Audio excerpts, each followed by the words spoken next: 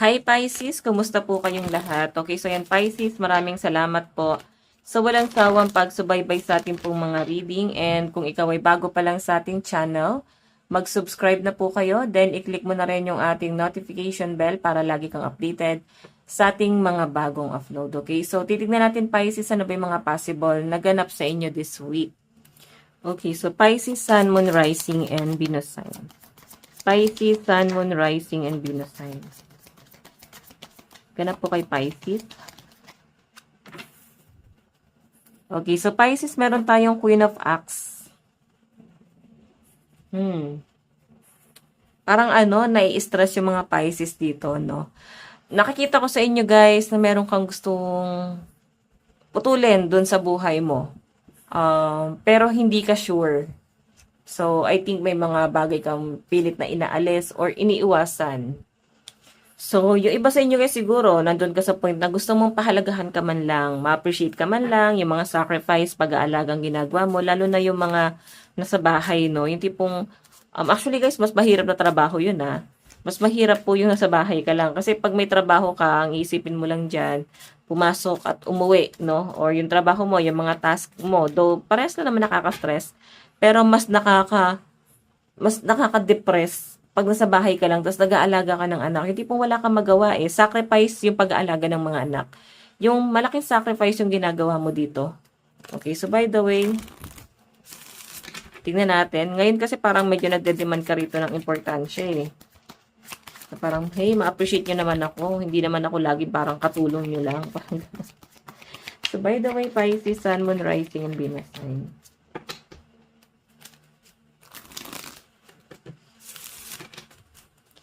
Pisces, Sun, Moon, Rising, and Venus sign. Meron tayong, di ba sa family to eh, nagde-demand ka sa family mo kasi parang hindi ka man lang nila guys masyado na-appreciate. Yung ginagawa mo ang lahat para lang mapabuti sila, mapaganda sila, maging maayos yung buhay nila. Pero yung pagdating sa inyo guys, nakikita ko dito na parang ang dating, hindi ka nila masyadong napapansin. Okay, parang feeling mo, inalipin ka na lang. Ganon. Kagaya nga ng sabi ko guys, mas mahirap yun sa bahay. Okay? Or pwede naman guys na ikaw yung pinakamalakas na nakikita ng mga tao ng pamilya mo, ng mga pamilya mo, and yung tipong kaya hindi ka nila guys masyadong kinakamusta, hindi ka nila masyadong tinatanong kasi feeling nila malakas ka eh, kaya mo lahat.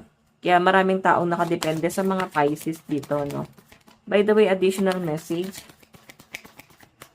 Pisces, Sun, Moon, Rising, and Venus sign. Oops. Meron tayong Four of Cups. Regret to. Ay, regret. Ano pala to, guys? Ayan. Kumbaga, kung kailan nawalan ka na lang ng pake, nawalan ka ng gana, kumbaga, sige, bahala na kayo dyan. Gagawa na ako ng sarili kong mundo. Gagawa na ako ng sarili kong buhay. Parang nawalan ka ng gana na magkaroon ng pake, no? Yung iba sa inyo guys, pwede hindi ka masyado makapaglinis pag maraming tao sa bahay. Mas gusto mo yung parang ikaw lang nag-iisa. Pero guys, mahirap yun ha. Yung parang nagkakaroon ka ng sariling mundo. Yung tipong kahit may mga tao, kahit may mga kasama ka sa bahay, kailangan Pisces, kumikilos ka pa rin. Hindi mo yan i-consider pag walang tao sa bahay. Kasi, ayan o, paano nila makikita yung worth mo? Diba? Dapat ipinapakita mo sa kanila yan. Then, again, Pisces, may nakikita ko dito na parang may mga taong naiinis, siguro kung paano mo sila i-approach, parang kasing nonchalant, no? Hindi pong nag-offer sila ng cup of love, tas parang ang dating, wala kang pakialam, medyo insensitive ka. So, siguro may mga ups and down din nangyayari sa inyo. May mga pangit sila nakita, may mga ganda rin sila nakikita sa inyo. Pero, syempre, kung ano yung pangit, yun yung kailangan mo guys itama, okay? Kumbaga, yun yung mga bagay na kailangan mong baguhin sa sarili mo. Hindi yan dapat guys inuugali. Okay? So, tignan natin Pisces, Sun, Moon, Rising, and Venus sign. Additional message. Pisces.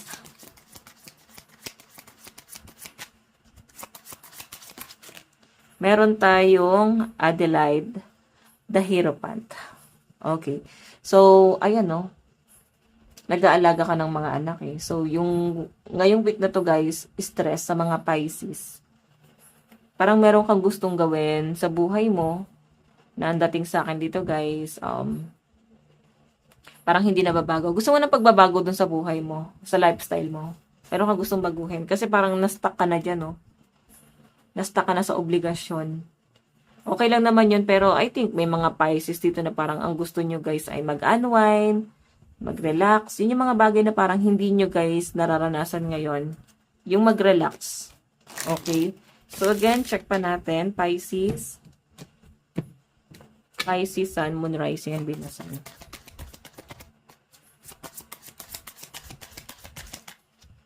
Meron tayong so ito guys sa 5 of Swords. May third party. So siguro may mga Pisces dito na na-involve sa third party or pwedeng iniwan ka ng person mo, pwedeng sumama dun sa third party or pwedeng sumama dun sa iba. Okay, pwedeng hiwalay na kayo bago siya guys magkaroon ng iba or pwede naman guys na kayo pa pero meron na siyang ibang ina-entertain. So, isa to sa parang nagpapahirap sa kalooban ng ibang Pisces. Pwede guys na nagkaroon ng kapatawaran. Ayan, pwedeng pinatawad mo yung pag-cheat ng person mo. Pero hindi na siya guys mawala sa sistema mo eh. Parang hirap para sa'yo na magpatawad. Actually, mahirap naman talaga yun sa mga niloko. Sa totoo lang. Nasa mindset mo na lang yan guys kung paano mo aayusin yung sarili mo. Hindi mo na kailangan ayusin yung sistema eh. Yung sitwasyon. Ayusin mo na lang yung sarili mo rito. Buuin mo ulit yung sarili mo. Okay? Tignan pa natin. Additional message. Meron tayong wish card. Wish card.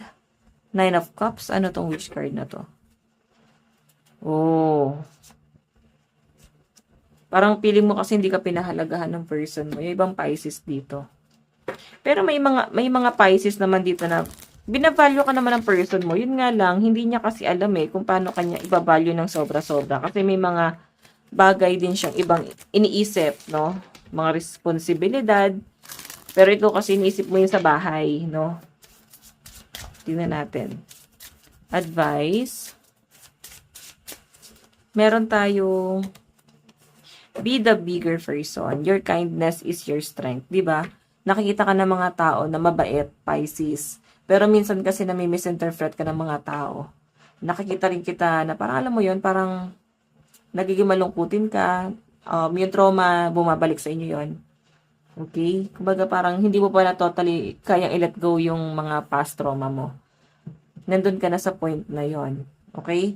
May mga pagkakataon na parang bigla na lang siya pumapasok sa isip mo. Akala mo okay ka na pero deep inside hindi pa pala.